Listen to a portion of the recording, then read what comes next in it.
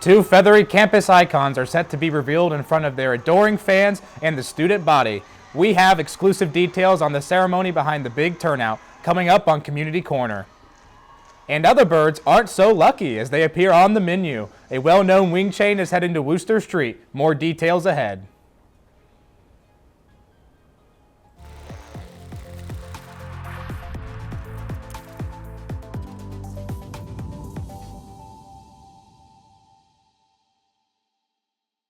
Welcome to BG Weekly on BG24. I'm Jonathan Angel. Have you been feeling sick lately? A tickle in your throat or some extra aches? If so, you're not alone. Take a look at this map from the CDC. As we enter into colder months, respiratory illness activity starts to increase in early February. Ohio is among 14 states with the highest level of virus activity. Here locally, BGSU's Chief Wellness Officer says the university is seeing both flu and norovirus activity rise, but there's some easy ways to prevent getting sick. The longer we spend in those in proximity of individuals that might be ill, the more likely we're going to breathe in those viruses, and then potentially it's introduced them into our system as well. If you're feeling pretty sick, right, where you're like, I just really feel like I can't function today, that's the time to stay home and probably the time to go get checked out as well. The CDC says one of the best ways to prevent yourself from getting sick is by properly washing your hands. This includes washing your hands for 20 seconds before you eat and avoid touching your eyes, nose, and mouth to help you stay healthy. In more campus news, one BGSU student brings fashion, culture, and sustainability to campus through his designs. Our reporter, Kelly Doyle, has the story on the creator behind X Factor Couture. BGSU student Hassan Sumeda started designing after he ventured into the modeling side of the fashion world. I discovered modeling first. It wasn't fashion. It sparked my interest in fashion, and then that's how I created X Factor. Sumeda's latest designs bring together Asian and African influences, inspired by his passion for culture. One of my biggest inspirations is culture and religion. A lot of his designs come from thrifted materials, like a pink dress that was originally a table runner. I think it's one of the most prettiest things I've ever seen in my whole entire life. He makes the music for his runway shows, hosted on campus, mixing electronic beats with cinematic sounds. There's some inspo from Ghost in the Shell. I took the vocals from the Japanese women that are singing and I isolated them and put it together to a cinematic soundtrack of Suffocation by Crystal Castles. Starting his own fashion brand taught Sumeda what it takes to be a leader. Yeah, I've learned how to lead people better, and just learning how to speak up and just lead and use my authority in a good way. Sumeda's cousin, Charmaine Wainwright, watched him grow into the creator he is now. He has been this mogul in the making since he was younger. Sumeda is just getting started. I'm actually going to give you guys a little sneak peek. Next year's fashion show might be outside. It's actually going to be inspired by Dune. Reporting for BG24 News, I'm Kelly Doyle. BGSU is celebrating Black History with events all month long, including a Black-owned business market earlier this week. Vendors from all over the area set up in the Student Union on Wednesday for the Black-owned business market. From fashion and beauty to art and baked goods, people shopped from a variety of Black-owned businesses. Organized by the university's Office of Multicultural Affairs, the market even featured a live DJ. The celebration of Black History Month continues next week, when the university will host its 25th annual Black Issues Conference. Up next, we have our Community Corner segment with Chaz McNeil.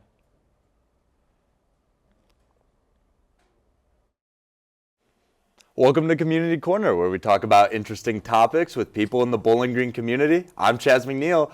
Today we're discussing the reveals of Freddie and Frida Falcon at the upcoming BGSU women's basketball game on Saturday. I'm joined by Taylor Jefferson, the Assistant Athletic Director, focusing on marketing and brand enhancement, who can tell us a little bit of what goes into this big day. Thank you for joining me, Taylor. Happy to be here. Glad to talk about this.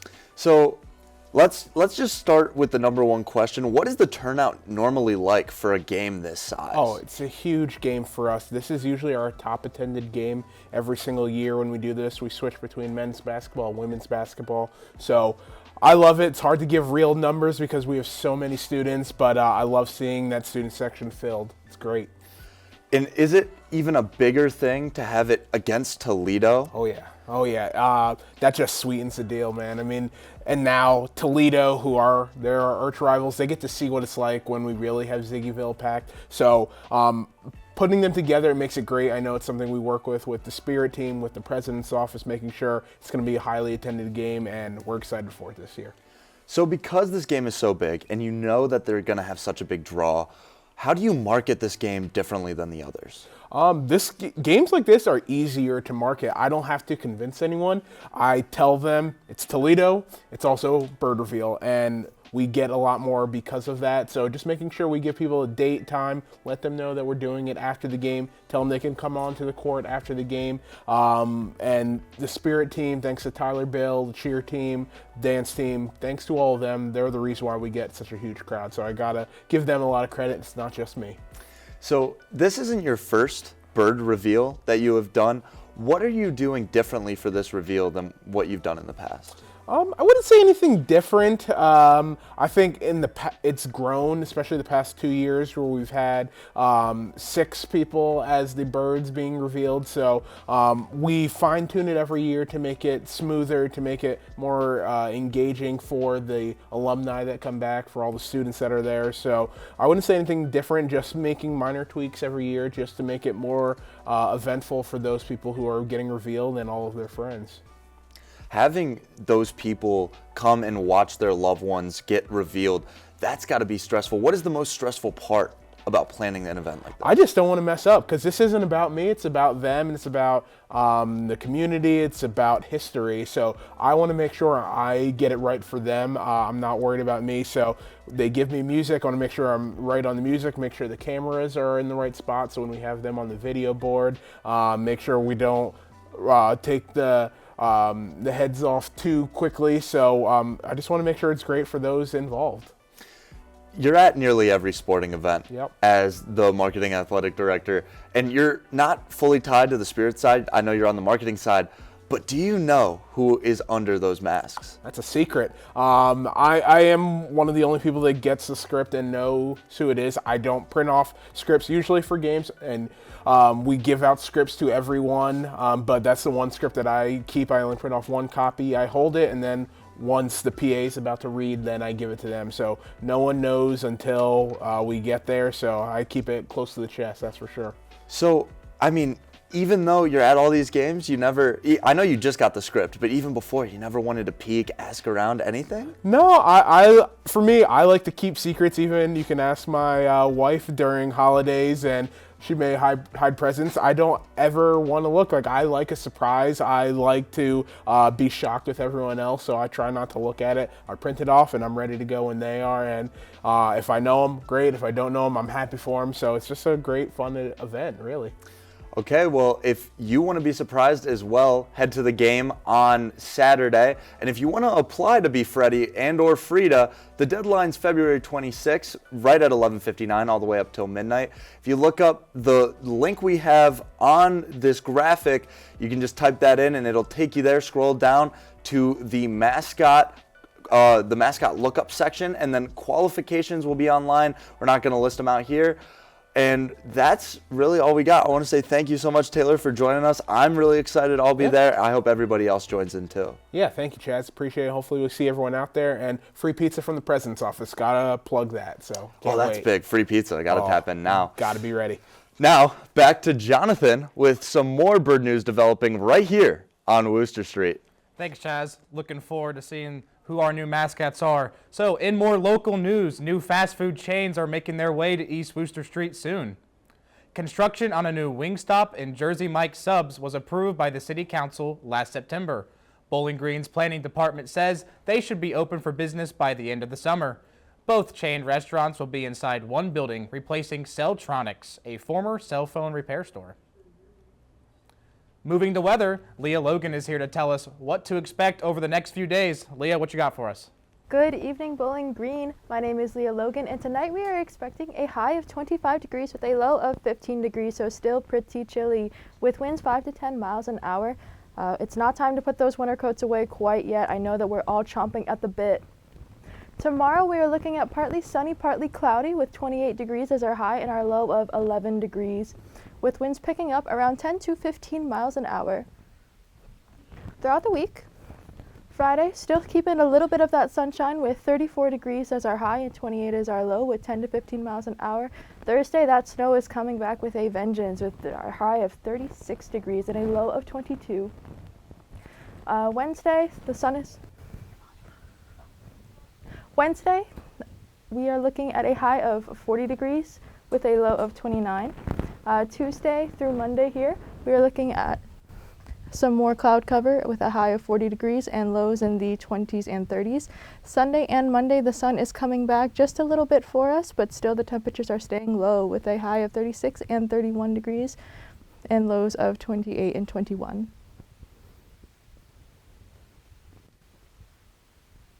See some sun out. Hoping to see some sun out there soon.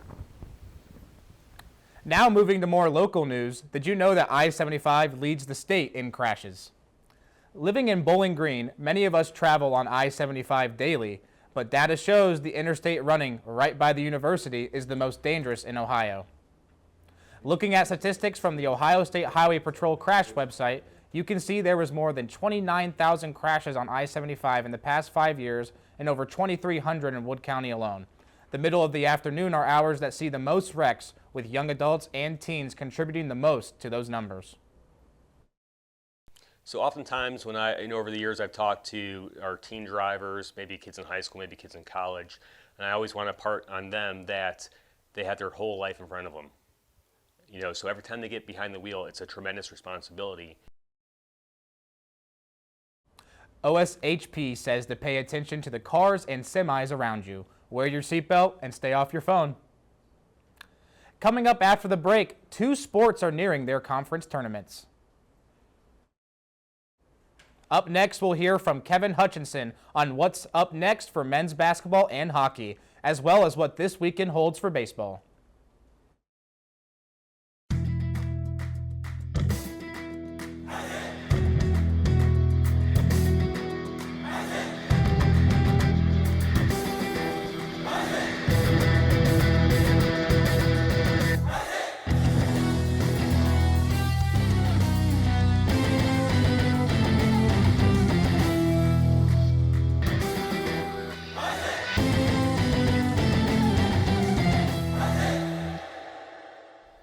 BG24 Sports is brought to you by the Falcon Media Sports Network.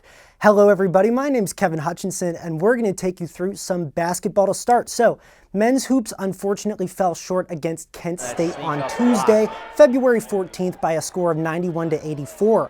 Despite a strong team effort, the team struggled to finish down the stretch. Senior guard Javante Campbell led the team in all 3 major categories with 26 points, 10 rebounds, and 5 assists. BG's field goal percentage doubled after halftime, jumping from 26.7% to 53.3%. With this result, the team now falls to a record of 3-26 in the Todd Simon era in games where they were trailing during the final 5 minutes of regulation. After the game, the coach had this to say following the narrow loss. And he does a great job, and he studies. He hasn't practiced since January 6th. We suit him up for games, and we walk through on the day of, and hope he kind of can figure it out. And so it's a hard way to live, but he's that important to us. The Falcons will need a short memory because the Orange and Brown are going to be back in action against February 21st when they take on arch rival Toledo in the second edition of the Battle of I-75. Tip-off from Savage Arena in Toledo is set for 6 p.m. All right, after a series win over Middle Tennessee State, BGSU baseball is back on the road, now in South Carolina. The 2-1 Falcons are going to take on a pair of teams between February 21st and the 23rd. On Friday the 21st and Sunday the 23rd, BG will be in Spartanburg, South Carolina, taking on USC Upstate.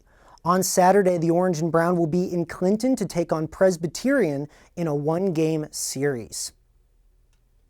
All right, and with hockey, baseball might just be kicking off, but hockey is just finishing up. With only 2 series remaining in BG's regular hockey season, they will be taking on the Bemidji State Beavers in Bemidji, Minnesota.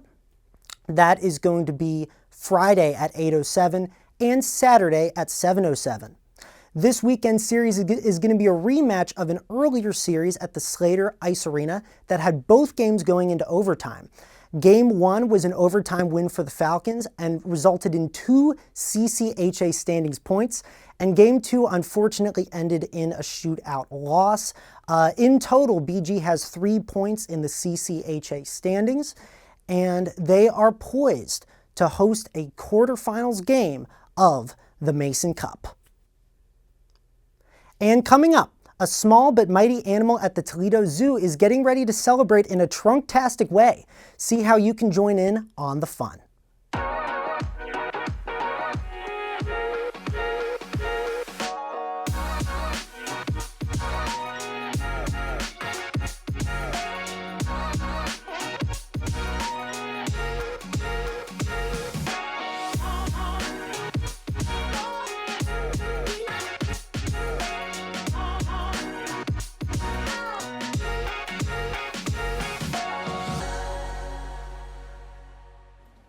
It's party time at the Toledo Zoo. The zoo's favorite little elephant calf is turning 1.